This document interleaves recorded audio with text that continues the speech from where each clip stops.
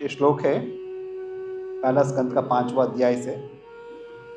इस श्लोक में बताया जा रहा है कि भक्ति वेदांतों द्वारा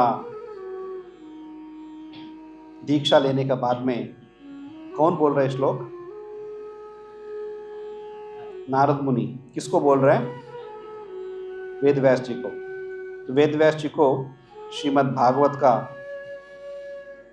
बारे में लिखने का प्रेरित करते हुए नारद मुनि अपना पिछले जन्म का बारे में उनको बताने जा रहे हैं, जिसमें कहते हैं कि पिछले जन्म में, जैसे पिछले श्लोक में आपने सुना होगा, पिछले श्लोक में बताया गया है कि उनका माँ जो है एक साधारण एक दासी थी और एक आश्रम में सेवा करती थी। उस आश्रम में कुछ साधु संत आए थे चातुर्मास का व्रत करने के लिए।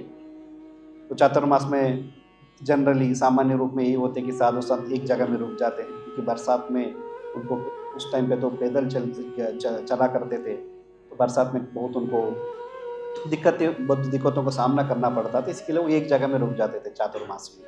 तो जब रुके थे तो उनका माँ ने उन भक्ति वेदांतों को, उन साधु संतों को बहुत अच्छे से सेवा करती थी। तो छोटे बालक नारद मुनि माँ का साथ वो भी आके उन लोगों का सेवा करते थे। तो उनका सेवा करते करते नारद मुनि यहाँ बता रहे कि उनका द्वारा नारद मुनि को दीक्षा मिली, शिक्षा और दीक्षा दोनों मिली। उसका बाद में नारद मुनि का जीवन में क्या हुआ उसका बारे में नारद मुनि बहुत ही विस्तृत रूप में यहाँ पे वर्णन करने जा रहे हैं। तो नारद मुनि कहते हैं कि जो भक्ति वेदांतास थे, जो वहाँ पे जो साधु लोग थे, भगवान का जो शुद्ध भक्त थे, वो स्वभाव से निष्पक्ष है, फिर भी उन्होंने इतना छोटे बालक को उनको भगवत भक्ति का बारे में ज्ञान दिया और ज्ञान का साथ साथ उनको दीक्षित भी कर लिया। तो नारद मुनि का उम्र कितना था इस टाइम पे? 5 वर्ष। तो 5 वर्ष का छोटा बालक जो है, उन्होंने दीक्षा प्राप्त कर ली।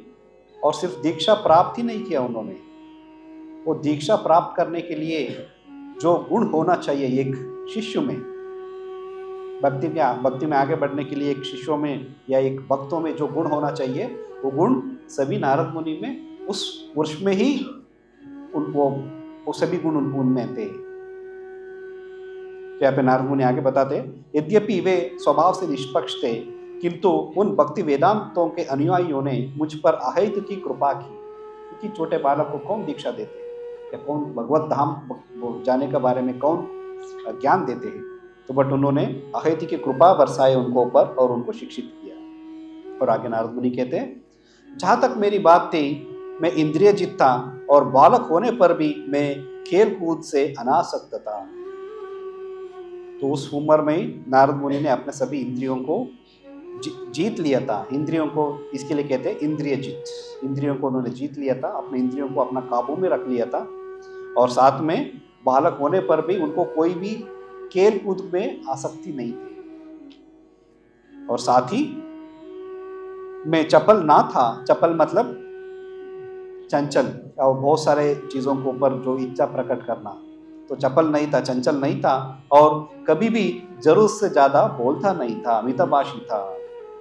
शुश्रूषमाणो मुनयो अल्पभाषिणा। अल्पभाषिणा मतलब कम बोलना या ज्यादा नहीं बोलना, या मितभाषी, जितना जरूरत है उतना ही बोलना।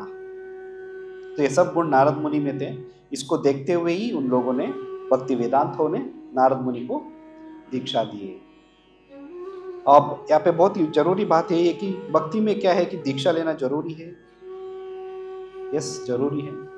भगवान का एक शुद्ध भक्तों का आश्रय लेना, शरण लेना, उनका द्वारा शिक्षा प्राप्त करना, और शिक्षा प्राप्त करने का बाद में जब उन शिक्षाओं को हम बहुत अच्छे से नियमित रूप से जब पालन करने का सक्षम बन जाएंगे, तब उनसे दीक्षा लेना, ये सब आध्यात्मिक प्रक्रिया का विधि है। आध्यात्मिक धाम में, यदि भगवत धाम में जाना है तो ये सब उस धाम में जाने का विधि है। तो उस धाम में जाने का विधि में तो ये सब जैसे गुण यहाँ पे नारद मुनि बताते हैं कि जो कोई खेल कूद में उनको आसक्ति नहीं थे, वो बहुत आज्ञाकारी थे, वो चपल नहीं थे और ज्यादा नहीं बोलते थे। ये सब क्वालिटी, ये सब जो गुण हैं, तो हम कैसे डेवलप कर सकते हैं? श्रीमद् भागवतम में भक्तों का बारे में और भगवान का गुणगान, दो ही चीजें हैं, भगवान का गुणगान और भक्तों का गुणगान। तो भक्तों का गुणगान इसके लिए करते हैं क्योंकि भगवान कहते हैं कि मेरा गुणगान से ज़्यादा मेरा भक्तों को गुणगान से मुझे संतुष्टि मिलती है, मैं खुश हो जाता हूँ। तो भगवान को खुश करने का, भगवान को प्लीज करने का एक तरीका है उनको भक्तों को प्लीज करना। और श्रीमद् भागवतम में इसी के लिए भक्तों का बारे में वर्णन किया गया। और दूसरा एक और कारण है, उन भक्तों ने उनका जीवन में भगवत धाम जाने के लिए क्या विधि उन्होंने फॉलो किया, क्या तरीका उन्होंने फॉलो किया और उस तरीकों को हम कैसे पालन कर सकते हैं, वो सिखाने के लिए श्रीमद् भागवतम में इन कथाओं के बारे में, इन लीलाओं के बारे में वर्णन किया गया।